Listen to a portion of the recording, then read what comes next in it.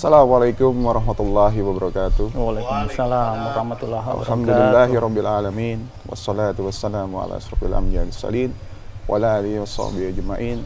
Asyhadu an la ilaha illallah, asyhadu anna Muhammadar Rasulullah. Allahumma shalli ala sayyidina Muhammad wa ala ali sayyidina Muhammad. Alhamdulillahirabbil alamin. Di pagi yang cerah ini, pemirsa vlog daripada Masjid Al-Araf di Bekasi, kita berjumpa kembali. Yang kali ini kita mempunyai momen dan kisah yang berbeda lagi. Kali ini saya bersama saudara kami, Mas Haris. Insya Allah beliau akan menceritakan perjalanan spiritual beliau dalam kehidupan beliau yang tentunya tak lepas dari pembahasan iman dan takwa. Pemirsa semua, saya perkenalkan saudara kami, Mas Haris. Mas Haris, gimana kabar? Alhamdulillah. Alhamdulillah. Sehat Mas ya? Alhamdulillah sehat Mas Bro. Kelihatan segar bugar nih. Iya. Mas Haris, mohon maaf, bisa diperkenalkan diri dulu kepada pemirsa semua. Ya, Assalamualaikum warahmatullahi wabarakatuh. Waalaikumsalam. Nama saya Muhammad Haris Kurniawan, biasa dipanggil Haris. Saya dari Klaten, Mas Bro. Oh, Klaten. Klaten, ya, iya, Klaten iya. di daerah Delanggu. Delanggu ya. Iya, anak dua. Jadi Sudah menikah nih ya? Sudah menikah, anaknya dua, satu cewek, yang satu cowok. Iya. Iya, gitu. Yang pertama masih kelas SD kelas 6, Iya. yang kedua kelas 4. Oh gitu. Iya. Sekarang kerja di mana Mas Haris? Saya sekarang kerja di Jakarta, Mas Bro. Di Jakarta. Iya. Kosan swasta lah ya? Swasta. Iya. Swasta. Saya dengar ada dari beberapa saudara kita, ternyata Mas Haris dari istri ada kisah mualafnya ya? Ya, jadi memang keluarga saya itu keluarga istri terutama Mas Bro ya. Keluarga istri itu memang bapaknya dari non muslim dulunya, betul. Ya. Tapi alhamdulillah istri saya berserta dengan ibunya dan dengan kakak adiknya alhamdulillah muslim. Alhamdulillah muslim. Ya. Alhamdulillah udah muslim semua sampai sekarang, alhamdulillah. Dan alhamdulillah ilmu agamanya juga udah bagus. Ilmu agamanya alhamdulillah ya nggak bagus-bagus amat, Mas Bro. Artinya kita selalu berusaha untuk menjadi yang lebih baik begitu, Mas Bro. Iya. Ada yang mau saya tanyakan nih. Gimana, Mas Bro? Katanya sih suatu kisah yang termasuk kisah unik lah dalam perjalanan kehidupan Mas Haris ini. Ada nggak kira-kira kisah itu bisa kita bagi di sini? Sebenarnya sih kisahnya ini sebenarnya sih semua orang mempunyai kisah masing-masing, Mas Bro ya. Iya. Semua orang, setiap pribadi mempunyai kisah, mempunyai inspirasi masing-masing. Jadi saya tuh ini Tapi dari awal. Mas Haris, gimana? Sebelum dimulai itu kira-kira kisah apa sih yang bisa membuat Mas Haris merasa bahwa harus diceritakan? Ataukah seperti suatu pengalaman yang kira-kira, oh ternyata Allah ini benar-benar ada loh. Iya. Gimana nih ceritanya? Jadi ceritanya Mas Bro, dari awal mula sih pas saya masih muda. Masih muda itu saya memang terbiasa, jadi rumah saya itu kecil Mas Bro. Di Jawa itu rumah saya kecil. Rumah saya itu kecil, jadi saya 3 bersaudara, cowok semua, rumah saya itu kecil. Jadi praktis saya itu memang dari mulai SMA itu jarang tidur di rumah. Saya itu tinggal di rumah kakek, kadang di rumah nenek gitu kan. Kadang ya antara dua itu, nemenin kakek sama nenek yang notabene memang mereka tinggal berdua gitu kan. Nah, biasalah anak muda zaman dulu di kampung gitu ya, sering lah yang namanya nakal anak muda, gimana sih Mas Bro ya, yang apa namanya istilahnya. Saya juga nakal dulunya. Yang istilahnya dulu yang ambil buah orang, ambil singkong, ambil dan sebagainya lah gitu kan. Nah, jadi ini ceritanya rumah saya itu ada 3 jejer Mas Bro. Ini jadi rumah bapak saya, terus rumah paman ada 2 ya, paman sama pamannya ada 2. Jadi saudara dari ibu. Paman yang paling tua ini dia punya musola di pinggir rumahnya. Oh, ada jadi ada musola, alhamdulillah, musola kecil gitu Mas Bro. Nah, di musola itu saya biasa memang tidur di situ. Nah, suatu ketika ada pade saya itu ada ngajak orang Mas Bro. Ngajak orang, ini mohon maaf ya kakinya sih agak pincang. Kakinya pincang, namanya Mas kita biasa manggilnya Mas Dul, padahal namanya Abdul Rahman. Nah itu beliaunya alhamdulillah memang dia keagamanya lumayan bagus, gitu kan. Jadi yang biasa kita sholat di situ itu diajarin ngaji, Mas Bro. Oh, sama beliau? Sama beliau, ya. Mau diajarin ngaji, yuk tak ajarin ngaji, gitu kan. Diajarin ngaji, terus diajarin apa namanya, kita dulu kalau di kampung ya, kalau malam Jumat kita biasa yasinan, tahlilan, ngaji-ngaji itu. Orang tua juga diajarin ngaji, Mas Bro. Diajarin ngaji dan sebagainya. Nah, semenjak ada beliau itu, jadi musola itu sekarang agak rame, regeng kalau orang Jawa bilang. Jadi rame. Jadi kalau ada acara keagamaan apa gitu, kita ngundang. Kita ada acara, Mas Bro. Ada kayak Isra Mi'raj, kayak misalkan Nuzul Quran, itu kita ada acara. Yang dulu biasa musola itu ya paling buat ritual biasa, sholat 5 waktu. Tapi semenjak ada beliau itu semakin apa ya? Semakin hidup, betul. Situ saya diajarin, sholatnya harus begini ngaji, apa namanya istilahnya, untuk diajarin lah itu ngaji ini sing bener kayak gimana itu diajarin. Sholatnya yang bener sama beliau, alhamdulillah gitu. Nah, saya sampai dulu inget pas waktu itu mau ada acara keagamaan yang lumayan besar itu, Mas Bro, itu saya juga sampai nggak ngeh tuh, ternyata dia itu kenal baik sama Gus Nuril. Kalau Mas Bro tahu Gus Nuril, Gus Nuril itu orang Semarang. Dia kalau dulu inget pas zamannya Abdurrahman Wahid Gus itu jadi presiden, dulu pas lengser itu kan Gus Nuril sempat menjadi itunya NU gitu kan. Itu sampai datang ke musola tempat saya yang notabene masih kecil, Mas Bro, yang kecil, sampai beliau hadir ya. Orang sebesar beliau. Beliau betul. Itu saya benar-benar salut, ternyata memang dia bisa mendatangkan beliau. Itu diajarin juga di pas Gus Nuril datang, sampai dikasih, kalau dulu kita biasa orang NU dikasih apa namanya, Bro? Amalan. Dulu saya ingat banget itu disuruh baca surat yang Inafahtana laka fatham mubina. Itu suruh hafalin. Jadi Pak Desa bilang, Gus, ini anak-anak mau sekolah, mau ngelanjutin ke jenjang yang lebih tinggi, jalur amalane.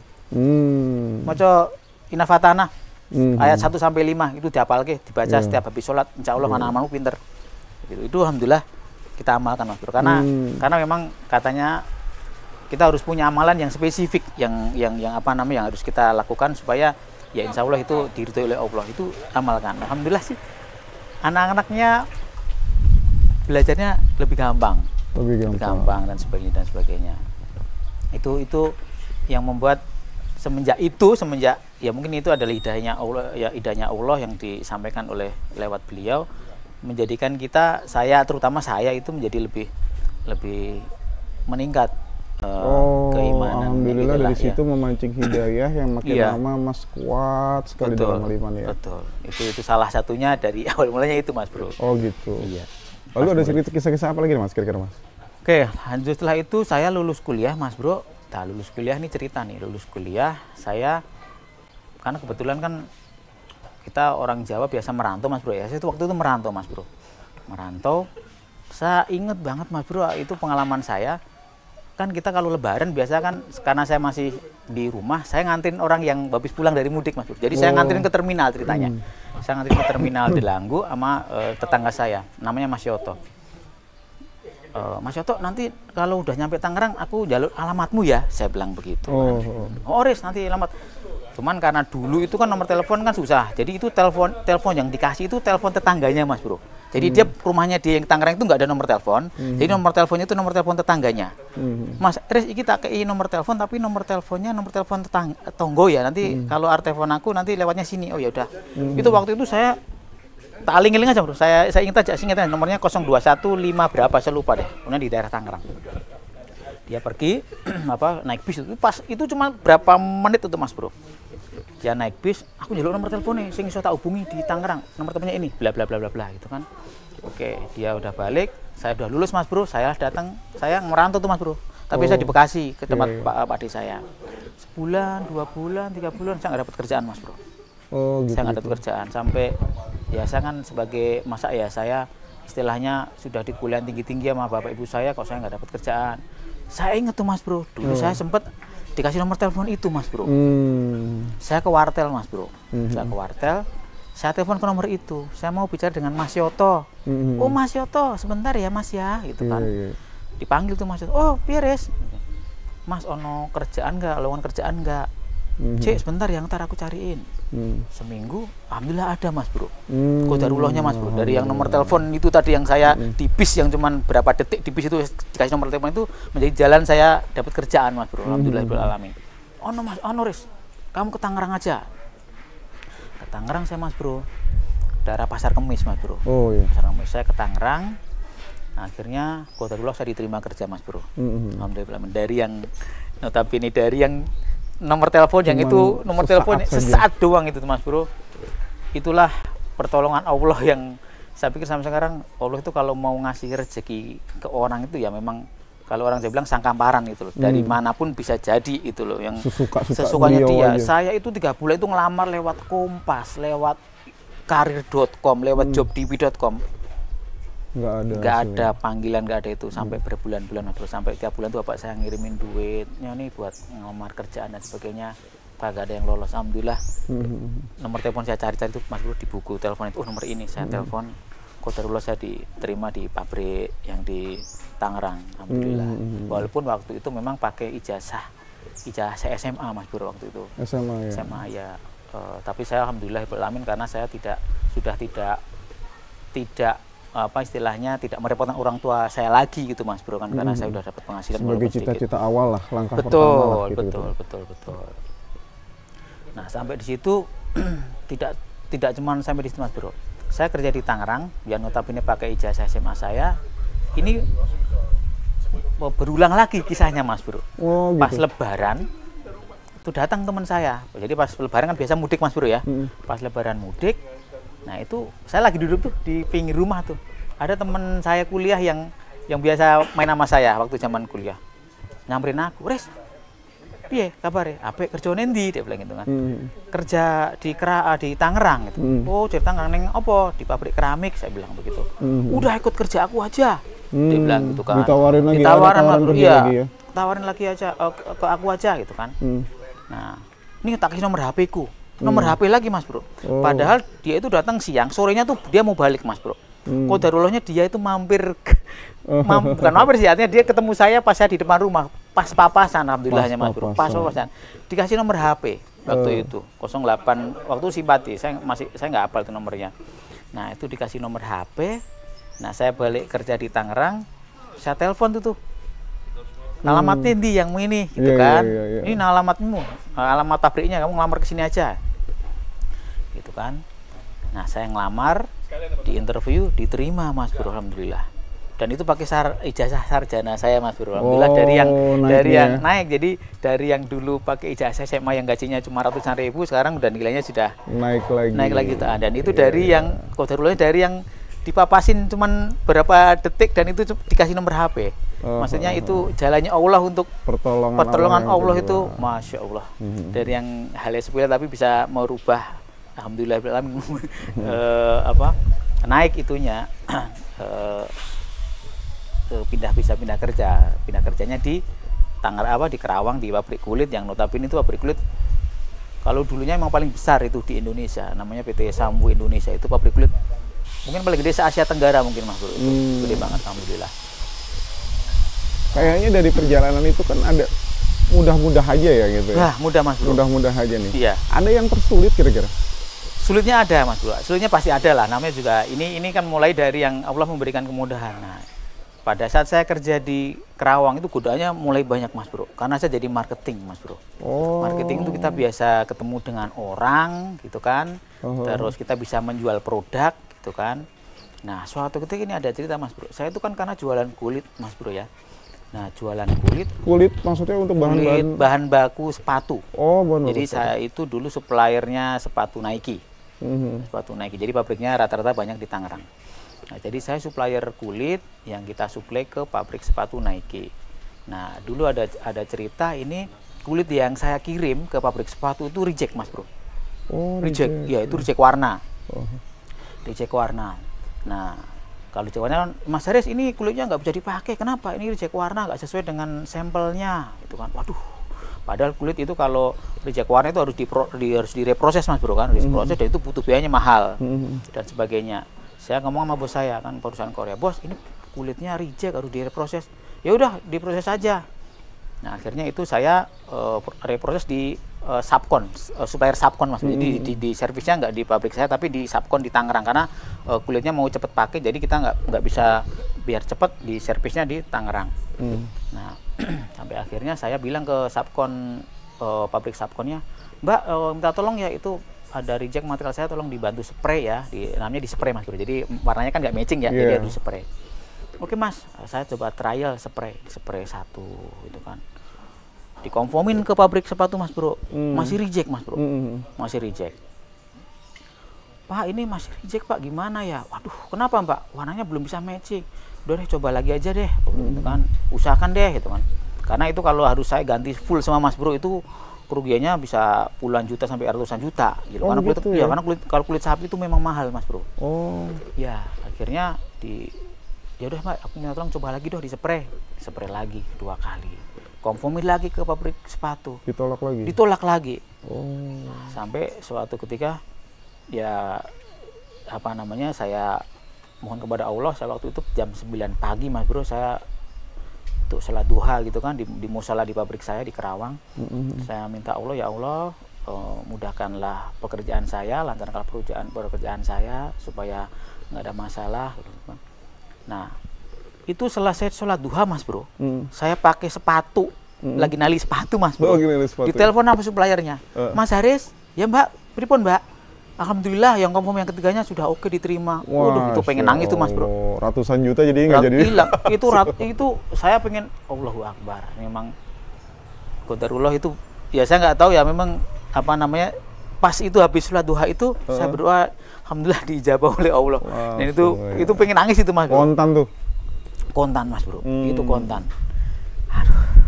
Dan apa namanya, aku report sama bos saya, bos alhamdulillah sudah dipakai. Bagus. Itu pengalaman yang sampai dengan saat ini membekas gitu loh. Bahwasanya kalau kita minta ke Allah, kalau kita udah mentok itu ya memang harus mintanya ke Allah. Kalau gimana sih mas cara mintanya mas, kalau boleh tahu? Kayak gila, tuh masya Allah, terus ratusan juta loh. Bisa langsung dikontan gitu, gimana? Sebenarnya sih kalau untuk itu kan hak pemenangnya Gusti Allah mas bro ya. Artinya kan ya kita minta aja sebenarnya. Artinya kalau misalkan, dan intinya kita harus yakin sebenarnya. Harus yakin. Pokoknya kalau apapun permintaan kita tuh kita harus yakin. Misalkan nanti misalkan kita udah minta dan itu tidak dikabulkan oleh Allah, ya mungkin Allah punya jalan efeknya yang lain. Apa sih mas kalau misalkan ditolak lagi? Harga ratusan juta. Ya itu harus ganti. Jadi efeknya banyak mas bro. Misalkan itu barang sampai nanti itu nggak diterima, kan harus di retur dan harus bikin baru. Bikin baru itu prosesnya panjang mas bro. Karena kulit proses panjang, dan nanti kan pabrik sepatu kan harus cepat-cepat pakai untuk bikin proses sepatu. Kalau sampai kalau sampai nanti itu delay, line produksinya stop, itu imbasnya stop line, dan itu apa namanya kemana-mana mas bro, itu stop produksi, ini orang nggak bisa kerja kan, pabrik sepatu tuh karyawannya ribuan mas bro. Untuk Mas Haris sendiri out, maksudnya gitu? Gimana? Cut langsung? Cut gimana maksudnya mas bro? Nggak kerja langsung berhenti gitu misalkan? Sebenarnya sih nggak juga sih mas bro, cuman saya sebagai seorang marketing ya tugas saya supaya barang itu bisa diterima dan supaya itu meminimalkan risiko aja mas bro, gitu aja. Memang jarang sih yang kalau itu barang sampai retur dan itu saya di-cut dalam arti dipecat sih, jarang ada terjadi begitu sih gitu. Cuman artinya kita berusaha supaya kita jual produk kita ya diterima oleh customer gitu aja. Iya, yang saya maksudkan begini, saya merasa bahwa tingkat kepasrahan pada saat itu itu sungguh mungkin posisinya, derajatnya terhadap Gusti Allah tuh waktu itu sangat dekat sekali, sehingga mudah banget gitu loh pertolongan itu tuh. Alhamdulillah, yaitu apa namanya kembali lagi bahwasanya ya harus yakin itu mas bro, harus yakin bahwasanya insya Allah akan mengabulkan doa kita. Dan memang waktu itu memang saya usahakan mas bro untuk rajin sholat duha mas bro.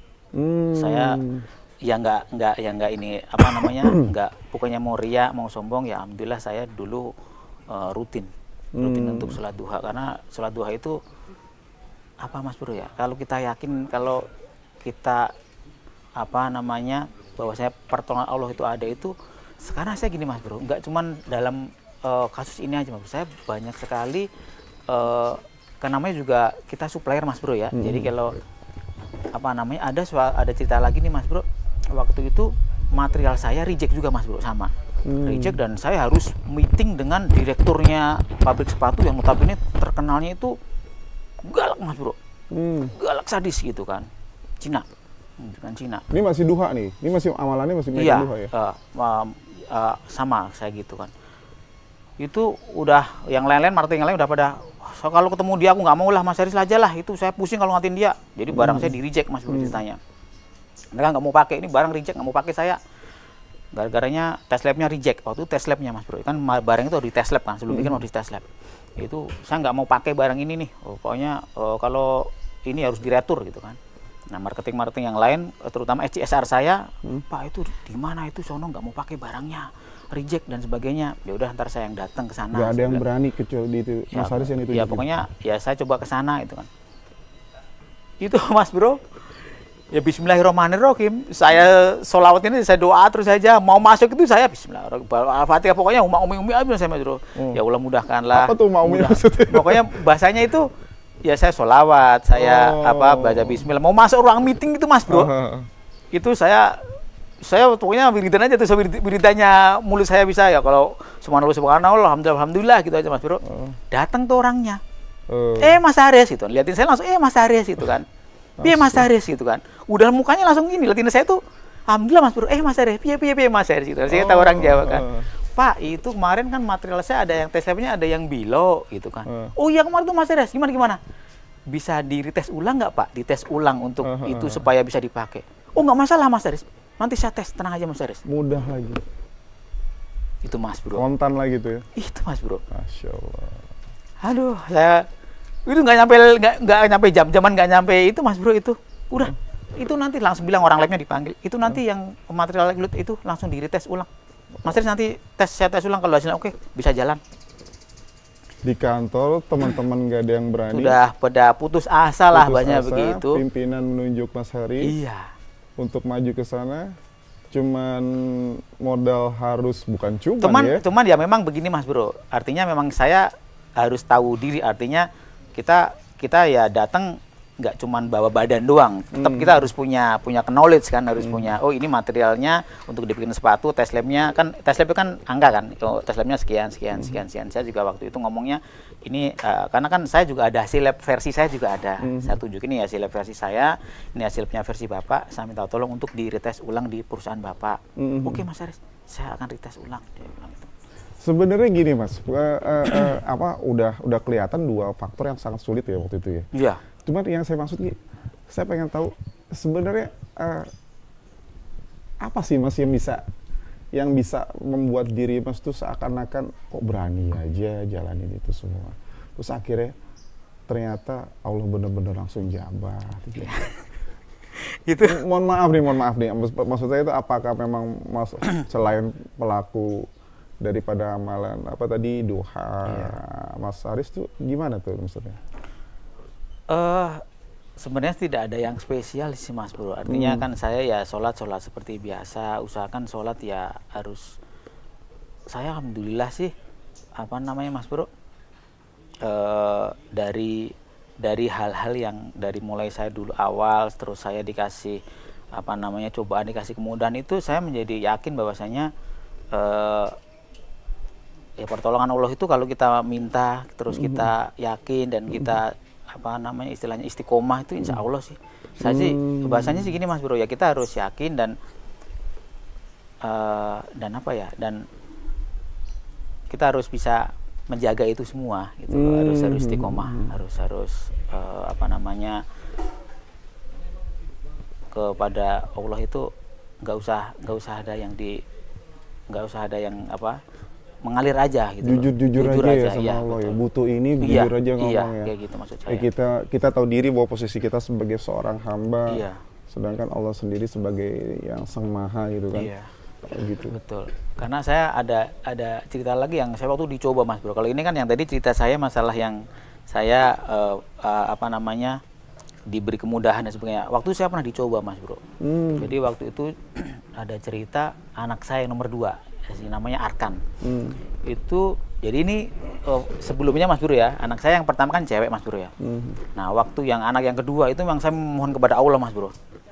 Saya mohon kepada Allah pas istri saya hamil itu ya Allah, saya minta anak laki-laki, saya bilang begitu. Saya pas istri hamil itu saya minta pada Allah, saya baca surat apa Mas Bro yang minta surat anak lagi? Yusuf. Minta surat Yusuf. Saya itu hampir tiap malam tuh. Itu saya baca surat Yusuf terus. Dan alhamdulillahirabbil alamin, qadarullah saya dikasih Arkan itu tuh. Ya, oke, habis itu 6 bulan Mas Bro, si anak saya ini sakit Mas Bro. Allah mencoba anak saya si Arkan ini sakit. Sakitnya itu panas. Tapi panas itu cuma ke kepala sini doang Mas Bro. Yang lainnya itu badannya nggak panas, tapi panasnya cuma leher ke atas ini doang Mas Bro. Leher ke atas saja. Dan itu nangis terus Mas Bro. Kita sebagai orang tua kan ya kasihan ya, aduh ini anak ya Allah gimana. Itu di Solo itu rumah sakit ada kali 4 atau 5 rumah sakit, saya sudah apa namanya, sudah kesana kesini, rumah sakit Yarsi Solo, rumah sakit Paru Solo, pokoknya ya namanya juga orang gimana sih Mas, kalau anak sakit udah ke rumah sakit sono aja, datengin doang ke rumah sakit sono aja, pindah-pindah ya, namanya juga renggup sono, belum sembuh Mas Bro, bawa pulang, tetangga yang ngomong udah ke rumah sakit sono aja, akhirnya ke sono, ya pokoknya yang gimana cara biar anak sembuh itu Mas Bro. Nah itu badan itu tinggal ya Allah Mas Bro, kalau saya lihat fotonya itu tinggal, kalau orang Jawa bilang tinggal balung karo kulit Mas Bro, tinggal kurus, tinggal kepalanya doang yang gede kan gitu kan. Sampai udah nangis lah pokoknya saya. Nah terakhir itu di PKU Muhammadiyah di Langgu. Nah pas di situ ya yang deket-deket aja, karena kan rumah sakit kan deket di Langgu Mas Bro ya. Kalau deket rumah sakit kan ngaturnya kan gampang, kalau mau nengok-nengok atau kan gampang lah, kalau ke Solo kan agak jauhan gitu kan. Nah suatu ketika saya sholat duha kan di musola gitu kan, ya pokoknya saya dalam dzikir saya, ya Allah dulu saya minta anak laki-laki dikabulkan oleh Allah, apakah ini mau diambil lagi oleh Allah. Saya sampai bilang begitu, sampai saya mau ya hampir mau putus asa atau bagaimana lah gitu kan. Nah qadarullahnya Mas Bro, pas di ruangan rumah sakit itu, waktu itu anak saya, istri saya bawa anak saya keluar Mas Bro, keluar ruangan gitu, digoyang-goyang gini kan. Nah itu ada ibu-ibu nyamperin ke istri saya, Mbak, anaknya Mbak itu nggak sakit medis. Dia bilang gitu kan, anaknya Mbak itu nggak sakit medis, dibawa ke sono aja, itu saya kasih nama Mbaknya, dia bilang gitu kan. Oh gitu, iya. Nah saya setelah sholat itu iya, minta sama Gusti Allah dikasih petunjuknya itu. Iya, jadi ada tetangga kamar maksudnya Mas Bro, itu yang ngeliatin istri saya sama anak saya lagi gendong, itu ngasih tahu begitu, Mbak, itu anaknya sampean nggak sakit iku deh, ada yang lain deh itu, coba dibawa ke tempat orang pinter lah, kalau orang Jawa bilang begitu kan. Nah akhirnya saya diskus dengan dokternya, ya udah Mbak, kalau anaknya mau dibawa pulang, namanya APS, atas permintaan sendiri, jadi saya tanda tangan Mas Bro, karena anaknya kan belum sehat, dibawa pulang, itu saya tanda tangan APS, ya udah yakin di situ, harus yakin. Nah itu setelah pulang, itu saya pulang nggak langsung ke rumah Mas Bro, langsung ditunjukin tuh ke sono, ke tempat yang orang yang biasa ngobatin itu kan. Itu Mas Bro, qadarullah, pas saya ke tempat orang tersebut, laki-laki Mas Bro, itu begitu lihat bayi saya, si Arkan itu tuh, dia langsung bisa ini, Mbak, anaknya sampean itu diganggu jin toilet, dia bilang begitu. Jadi emang dia ngeh itu, maksudnya emang WC-nya lagi didandani ya Mbak ya, lagi diperbaiki Mbak ya? Iya Pak. Oh, ini ganggu sama jin toilet, dia bilang begitu. Nah terus Mas Bro pulang dari itu cuma dikasih bangle, Mas Bro tahu bangle ya? Ya bangle gitu kan, ini nanti diboreh-borehin di kepalanya sama di perutnya, dia bilang gitu. Alhamdulillahirobbilalamin Mas Bro pulang, itu diboler-bolerin ke perutnya sama kepalanya. Itu yang pertama dia nggak mencret, yang kedua tidurnya bisa pules Mas Bro. Langsung pules ya. Langsung pules, alhamdulillahirobbilalamin. Nah terus sambil dia ngomong nanti di bawah tempat tidurnya ditaburin garam, dia bilang gitu. Ditaburin garam. Alhamdulillah Mas Bro, dari pertolongan Allah itu dengan yang sangat apa Mas Bro ya? Sederhana banget. Padahal itu saya pindah ke rumah sakit itu, yang anak saya itu mohon maaf ya, itu di MRI kepalanya, diambil di apa namanya di fesesnya itu diambil, diteliti darahnya, diteliti semuanya Mas Bro, diteliti di laboratorium, kagak ada penyakitnya. Kagak ada penyakitnya. Para ahli medis. Iya, kagak ada penyakit Bro. Setelah Itu melakukan sholat duha, minta sama Allah, berdoa, kasih petunjuk langsung. iya Mas Bro, itu Masya itu Allah. Obatnya sederhana pula. itu saya sampai kadang ya Allah dikasih cuman bangle gitu kan, diputri dikasih di bangle, diolet-oletin di perutnya, udah. Terus sama ustadznya dikasih tahu, Mbak E kan ini sekarang kan, karena dulu saya jauh-jauhan Mas Bro, istri saya di Jawa, saya di Sirikani. Si ustadznya bilang, Mbak E mulai sekarang Mbaknya tinggal bareng Masnya aja, jangan jauh-jauhan. Dia bilang begitu, Masnya biar tenang, Mbaknya sekarang balik sama Masnya tidur ikut bareng ke Bekasi aja, gitu. Alhamdulillah Mas Bro, semenjak itu si Arkan anak saya sehat sampai sekarang. Alhamdulillah. Ada lagi? Ada lagi sebenarnya. Nah ini satu lagi ini terakhir satu Mas Bro. Kisahnya mantap. Satu lagi Mas Bro. Satu lagi, bahwasanya memang setiap ini bukannya mau riak, bukannya mau sombong, bahwasanya kita itu memang harus amar ma'ruf nahi mungkar Mas Bro. Suatu ketika pernah Mas Bro, ini iseng-iseng saja ini, iseng-iseng berhadiah nih. Saya waktu itu pernah pulang dari Jakarta, kan saya nebeng sama teman saya. Itu udah malam Mas Bro, udah malam kan. Saya nebeng, saya turun di Kalimalang kan, saya turun di Kalimalang, ya kan. Nah, waktu itu hujan Mas Bro, gerimis gitu kan. Nah, HP udah habis itu baterainya Mas Bro, nggak nge-grab, udah nggak bisa.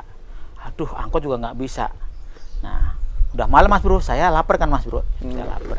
Saya makan nasi uduk Mas Bro, kan ada nasi uduk, makan nasi uduk itu makan. Nah, ada orang tuh pinggir saya, lagi makan juga dia sama, bareng-bareng makan. Terus dia ngobrol, Mas, mau kemana Mas? Itu Pak, mau ke Bekasi Timur itu, mau mau ngambil motor, cuman tadi nyari ojek gak ketemu-temu. Udah nebeng saya aja. Gratis. Gratis Mas Bro, itu simpel aja menurut saya. Nggak tahu apakah ya maksudnya dibantuin orang tuh ada aja jalannya. Itu udah malam-malam tuh Mas Bro, udah malam-malam itu tuh. Nyari ojek kagak ada, angkot nggak ada, ini HP saya sudah lowbat, nggak bisa. Saya makan aja udah bikin nasi uduk, si jajaran saya itu nawarin, Mas Ari mau kemana? Mau ke Bekasi Timur, mau ngambil motor. Wes, bareng aku ya Mas. Ini cerita, ini iseng-iseng aja Mas Bro, tapi bahwasanya ya saya nggak tahu apakah ya istilahnya kita harus selalu berbuat baik. Insya Allah nanti entah itu kapan ya, insya Allah kebaikan itu akan kembali ke kita. Alhamdulillah. Insya Allah begitu. Bagus juga. Iseng-iseng gitu. Buat penutupan, ya. Ada yang mau disampaikan Mas Haris kepada pemirsa semua di sana yang kira-kira dari semua kisah-kisah Mas Haris ini, Mas akan bagikan suatu ya tips-tips dalam menjalani hidup, terutama ya kita selalu berpegang teguh pada Gusti Allah kan. Iya, gitu. betul. Silakan Mas. Jadi sih kalau menurut saya sih hidup itu simpel Mas Bro, nggak usah dibikin pusing. Bahwasanya kita tuh harus dua aja, amar ma'ruf nahi mungkar. Udah itu dua itu aja sih. Saya minum dulu Mas, keren banget itu Mas. Saya juga minum kalau begitu. Saya juga minum gitu Mas Bro.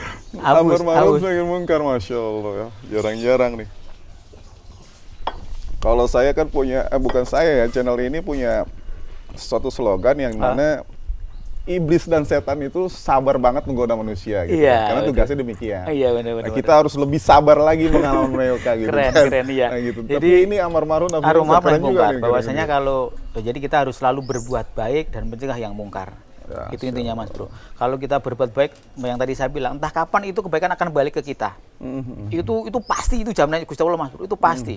Itu pasti. Yang tadi saya bilang cerita dari yang tadi, itu pasti akan kembali ke kita. Sekecil apapun itu amar ma'ruf kita, mungkin akan, kalaupun nggak kembali ke kita, nanti mungkin akan kembali ke anak cucu kita. Kalau kita memberi sesuatu ke orang, ya kita akan suatu saat akan diberi itu. Nggak akan ada, misalkan kan ada cerita kalau kita sedekah itu nggak akan bisa miskin Mas Bro. Itu saya mempercayai itu Mas Bro sampai sekarang. Dan juga nahi mungkar, bahwasanya kita harus menjauhi yang mungkar. Sedikit demi sedikit lah. Menurut saya bukannya sok suci enggak. Sedikit-sedikit ya wis enggak usah yang jelek ya kita hindari. Udah, simpel-simpel gitu aja. Selalu berbuat baik kepada orang. Udah. Simpel aja gitu Mas Bro. Terima kasih Mas Haris. Sami-sami Mas Bro. Atas berbagi kisah-kisah perjalanan hidup terutama ya spiritual kepada Gusti Allah nih. Amin. Terima kasih. Matur nuwun sama-sama.